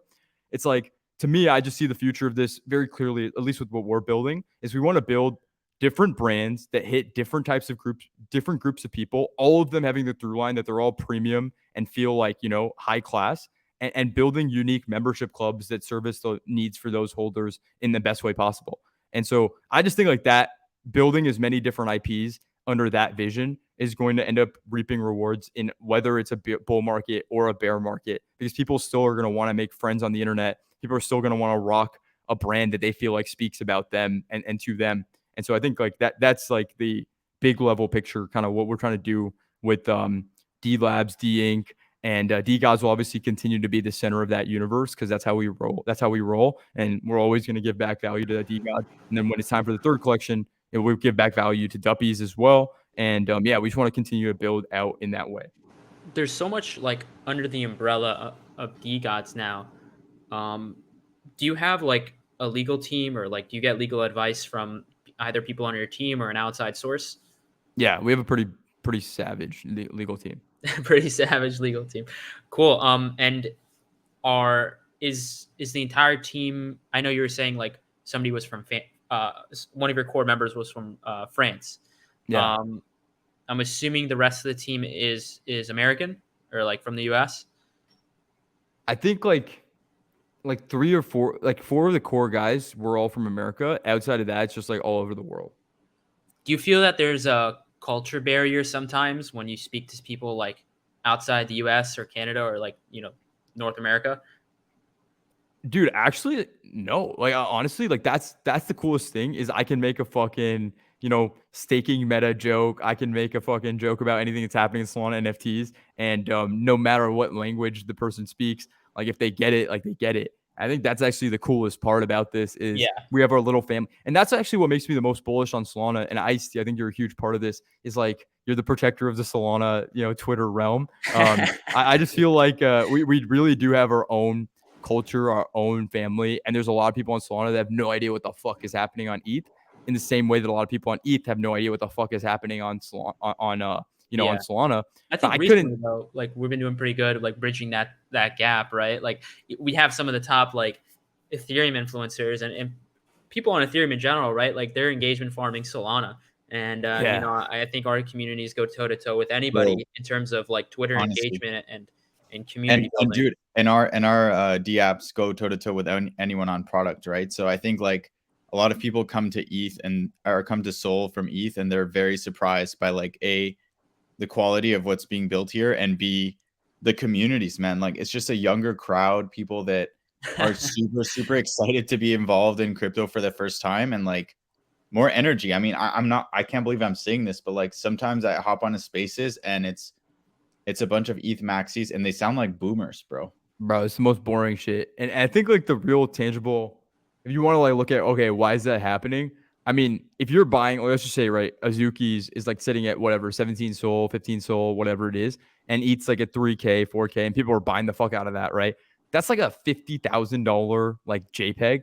And like, bro, if you're dropping and you're sweeping like $50,000 floors or whatever, like, are you really going to be out here raiding Twitter posts? Like, nah, dude, like you're not. Like, you know what I mean? And so I think the lack of like immense prices on a lot of the Solana stuff, it just, the culture of people are like, yo, we still got to make it. Like, we still got to like be pushing. Where I think on ETH, it's just been a lot of complacency. And so I think like that's why, I mean, I don't know how accurate the whole NFT inspect tool is, for example, but like, bro, it's all Solana. Like, it's just like literally just riddled with fucking Solana stuff. And if that's even close to accurate, it just shows like, yeah, the actual number of people on this bitch in the Solana ecosystem is like outnumbering ETH by a pretty large margin. And yeah, I think that's very real. Community is built different here. Solana's Yeah, a dude. first chain, right, Ice? So that means we're also the hungriest, and that's a good Yeah, thing. dude. I think that's like the dumbest thing to say when they say, Solana's the poorest chain. I mean, dude, Yeah. like we've had like, okay, bears are 5 Ethereum, right? Like that's, we have Degods. I don't know, they're probably sitting what at 8 or Like, 9, 10 Ethereum on this yeah, at something this like that. I version. think it's like 9 or 10. Yeah. Yeah, so like we have a lot of NFTs that are low key like respectable floors, even like in Ethereum terms. So to say Oh, that, dude. I mean, we just don't pay, 30, 50, 100, couple $100 on gas depending on the time of day and the congestion.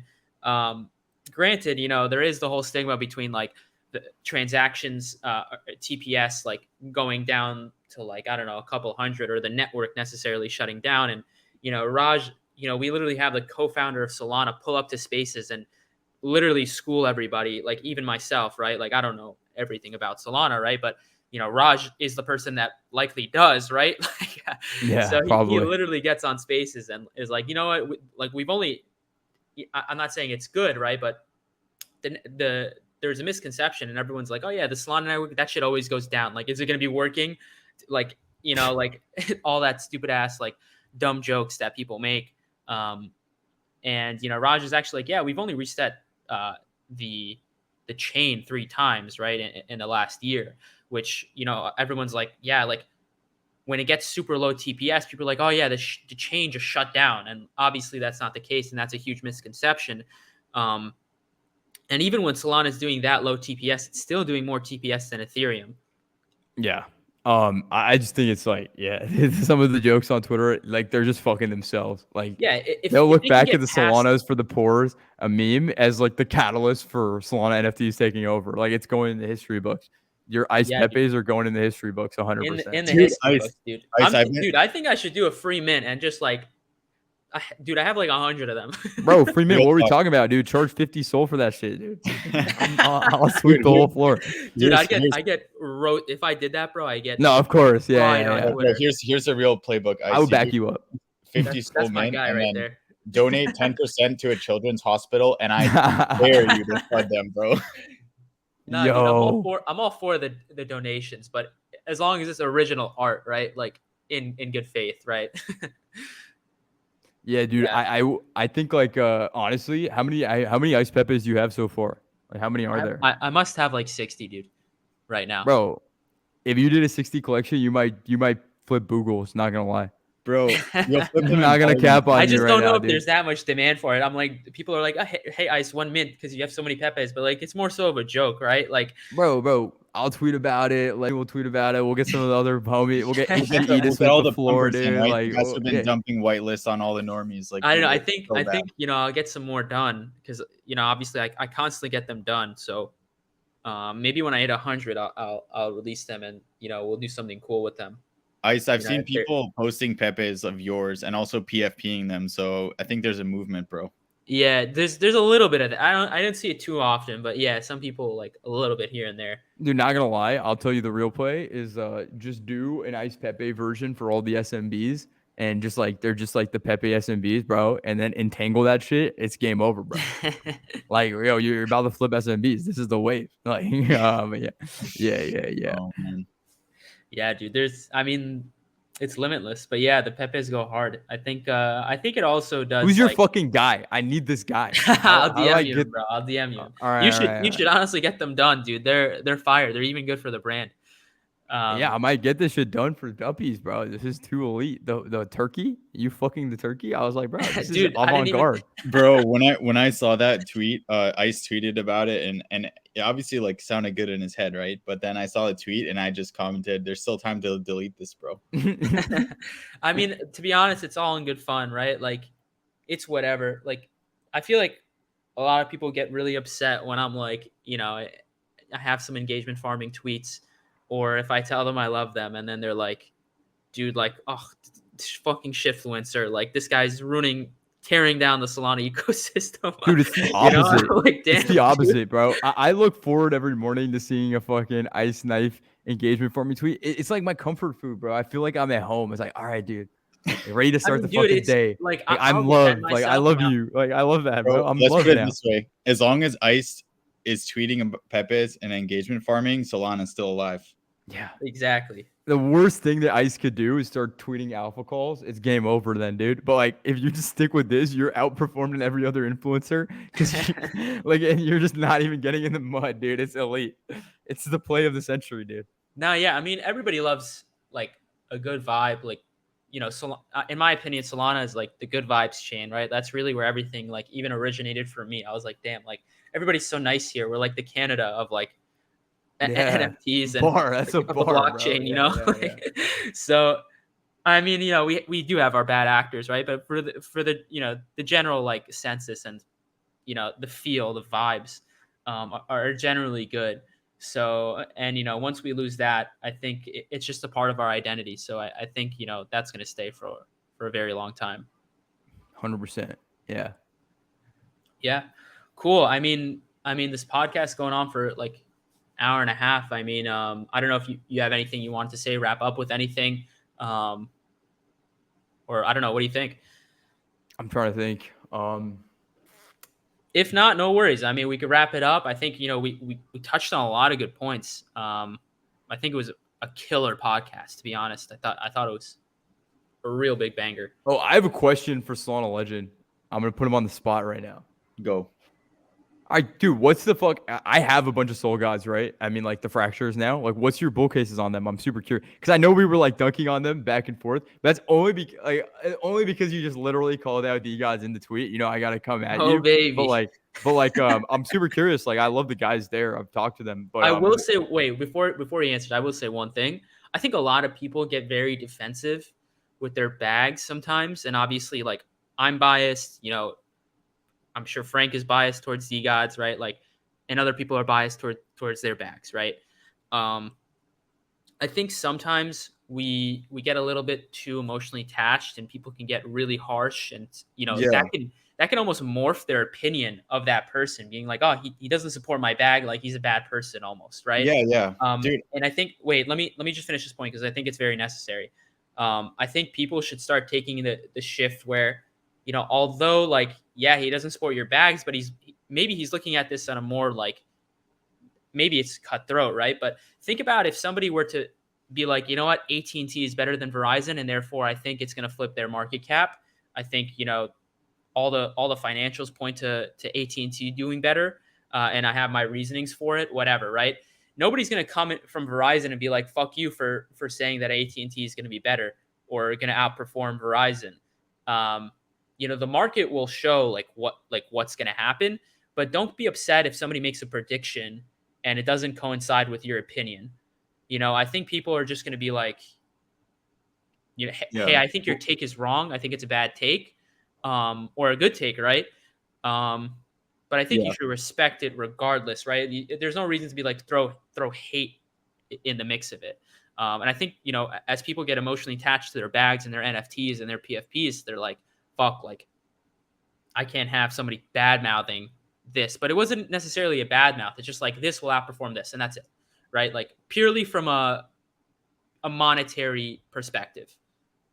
Yeah, for me, like, dude, honestly, it's some great points, Ice, as well. It was less about like predicting it and being like, yo, this is what's gonna happen. Because if you look at the way I phrased it, I was like, God knows what's gonna happen. Like, it's like, don't have a crystal ball. And I even go on Spaces and I like say a bunch of stuff, and then at the end I'm like, guys, by the way, no one has a crystal ball, and like just assume everything that I've said on this Spaces is wrong, because that way, people want to have their hand held, right? They want you to tell them when to buy and when to sell. That's why alpha calls are just like a bad idea in general. But I think it was more coming from a place of like, Soul Gods and Degods have had a pretty similar trajectory, in the sense that like you guys minted out around the same time and you were faded consistently.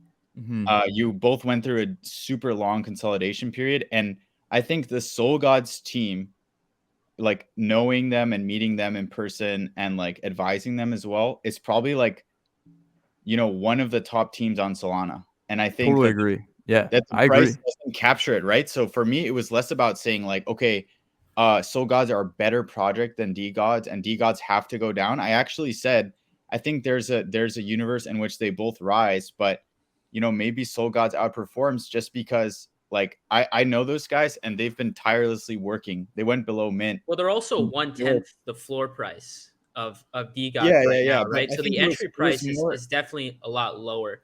So in terms of like percent gain, I mean, Yeah, there's an it was argument to be made there. I mean, it obviously, was I know Frank would disagree, right?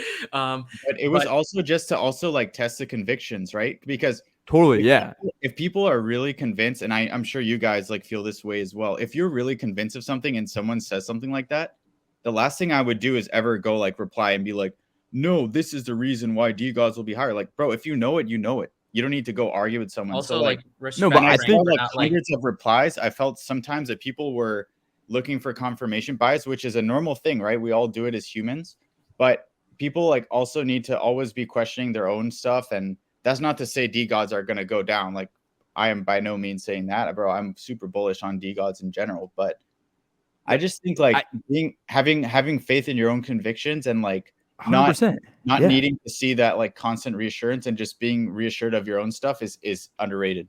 By the way, I agree with literally everything you said. I was gonna the way I phrased the original question and like what I mean now is I think the thing that triggered people was less like that. I'm sure like yeah that would trigger people regardless. But like I was honestly just curious because a lot of what the fractured that those guys do, I think it's a lot more in the shadows and like I don't know as like an outsider. I mean I hold them, but I just don't have time to go in the Discord all the time and all this stuff. Like I think a lot of people just aren't able to keep up, I guess, with what's happening. I was actually just more curious to hear the argument because I'm always excited. Just even like taking out me founding Degods, like I'm excited about products that are doing new stuff and on like a different wave. And there's no way you can argue that those guys aren't like on a different, like they are on a different wave and they're doing stuff in a very special way. So Yeah. I think what I was actually just asking more than anything, but I'm down to talk about like the whole bag protecting stuff. I think it's an interesting topic, but I was more asking like if you had like a few one-liners on what, forget about even Degods, but like what excites you about them. Like this is like Yeah, a plug. bro. I I mean, want to hear it. Like I'm actually just curious. Yeah. what excites me the most about them, bro, is that they launched a token that isn't an SPL token. It's not even tradable on purpose. And they basically like took the entire meta and just walked in the opposite direction.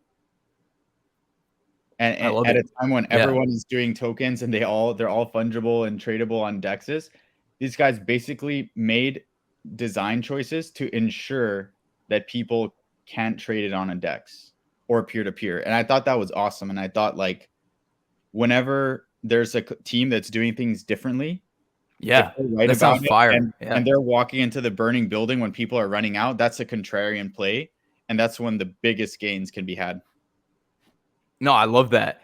And I mean, I think that's actually really exciting. I would love to hear more about like what they're planning to build with the utility for the token. But I actually think now remembering, I'm just remembering some Solana Legend tweets, and I feel like it would be a disservice to the listeners for me to not just like ask you all about all of them. I would love to hear, and even Ice you too. I'm super curious. Like, what is your take on staking tokens, et cetera, et cetera? Because I know you came out and you had the tweet that was like, I talked to the top whales and they're not looking for this, they're looking for that, and they're not looking for staking.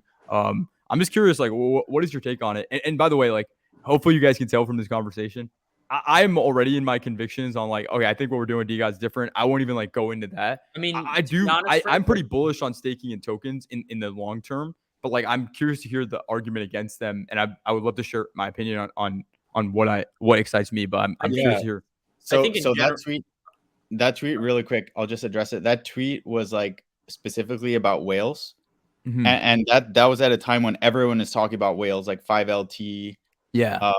like HG, like everyone is talking about whales, and people were like, basically there was a discussion on Twitter Spaces right before that was talking about like, how do we cater to these whales? How do we get them in the ETH whales into Sol?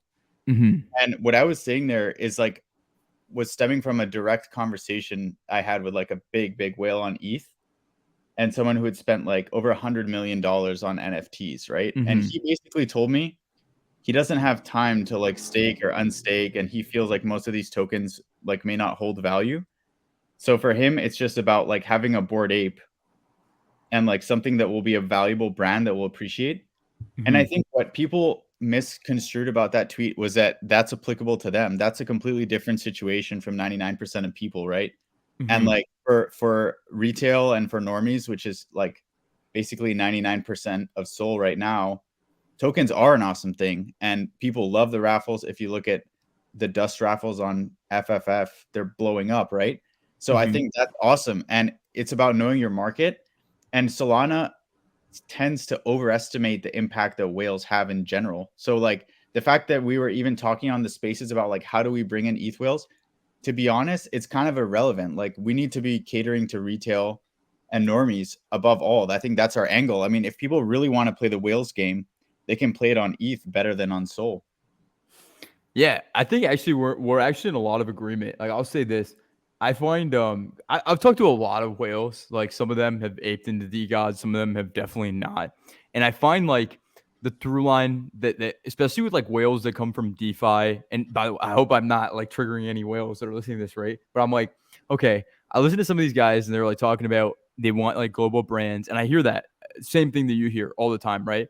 And I think like the nuance there is it's funny because people want whales, like whales want projects that they feel like can be global brands, and then people that are aping into projects are buying projects that they think can be global brands because whales will sweep projects that have like the potential to be global brands.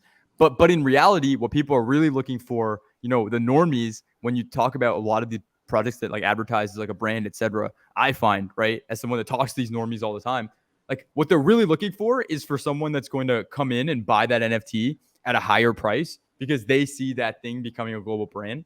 And I think this actually relates to Duppies, as well. Like 100%, like the goal with Duppies is for us to build a global brand. And but like what I want to do to back that up and how we're going to build it out is we're going to try to build out a system that incentivizes people to actually contribute, participate, shill, and like just spread the actual like brand itself around the planet and around the internet and all this stuff. And so to me, I'm like, okay, in order to solve this problem of like, how do you have a global brand that actually people really give a shit about and is not this game of hot potato that people are just trying to like basically get to a higher valuation and then they're down to dip because there's not really any actual attachment to the brand outside of the price going up. So that's like what I think is the next wave. And I think staking and tokens, maybe tokens, I'm like more and more bearish, honestly, on most tokens. But I do like the concept of staking and rewards. And I think Moonbirds is a great example. And we're going to be using that same mechanism for Duppies. There's no token attached. And it's just leveling up to prove how long you've been a holder, which I love. I think that makes a lot of sense. What I'm excited about is I just think like in order to get normies that really believe in the brand and are not just in it for the flip, you need to have some kind of incentivization feature that's not just about them market selling the fucking thing in the USDC are not just about the financial value on the for everybody, but for rewarding individual contributors and people that actually go out of their way to help spread the brand and reward the brand. Because then you have another level of buy-in where there's still financials involved, but people can actually like really fall in love with the brand and really just like never want to sell their NFT, because the upside on them continuing to build a brand is so big that like why would they ever get out of that opportunity? So like, Bro, yeah, that's my take on where I think the future of I brand agree. building in crypto One goes. second, Ice. I agree completely, dude. And also, like, I think you raised a great point about the tokenless staking, right? Like, think about it, 100%. guys. Like, you can achieve a lot of the same benefits without actually needing a fungible token. And like, I'm gonna be honest, for a lot of projects that aren't as successful as Degods, the token provides a floor in the sense that like if they have a decent price on the token, it, you know, people will do like the intrinsic valuation of the cash flows and like price that in. But it also puts a ceiling on the project. And like 100%. being completely honest, bro, I think if Degods, like for example, when you guys dipped a little bit, it is partially due to the fact that like dust fell down, right? So like I feel like, you know, sometimes you guys have such a cool movement and shit going on that rocking without a token in many ways can allow you to fly to heights that you've never reached before, right? Like Bored Ape didn't introduce a token until they had an entire ecosystem built around it, pretty much.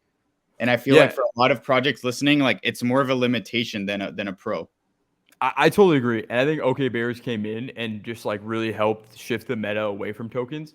What I'll say, right, just in terms of how I think about it with Degods and Dust, like very early on, like I think what happened with Bored Ape is they built this entire brand and they were pretty like they weren't the earliest, but they were pretty early, and they became like this concept of like a more hypey streetwear brand that's like an NFT, and that kind of took over the whole world.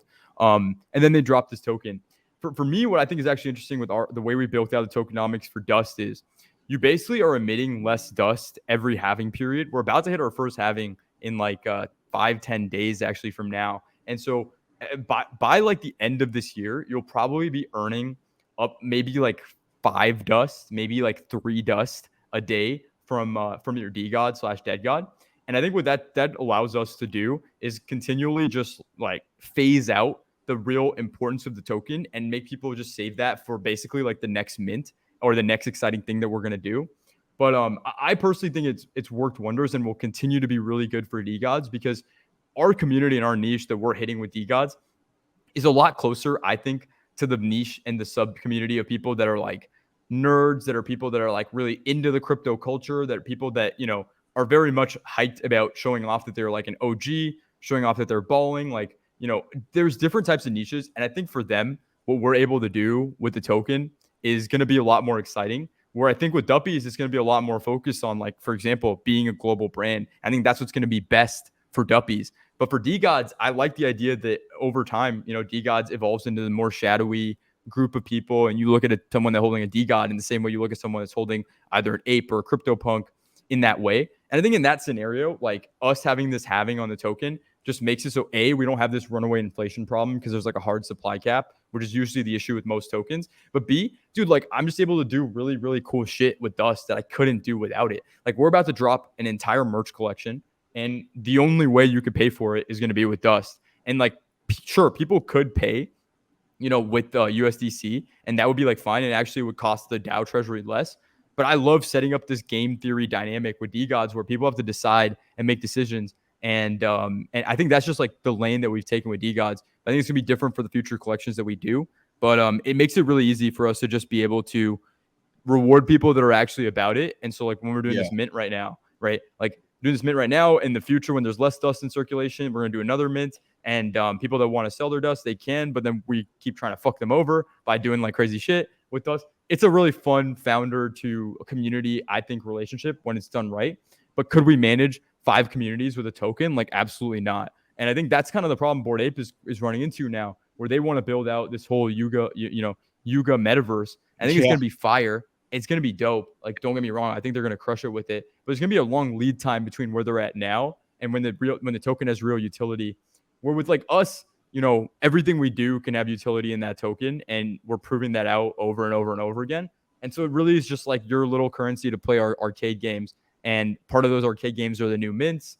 And it's more fair to me the last thing I'll say, then it's more fair to me because it's like a real opportunity cost, right? People can go in and they can sell their dust if they want to.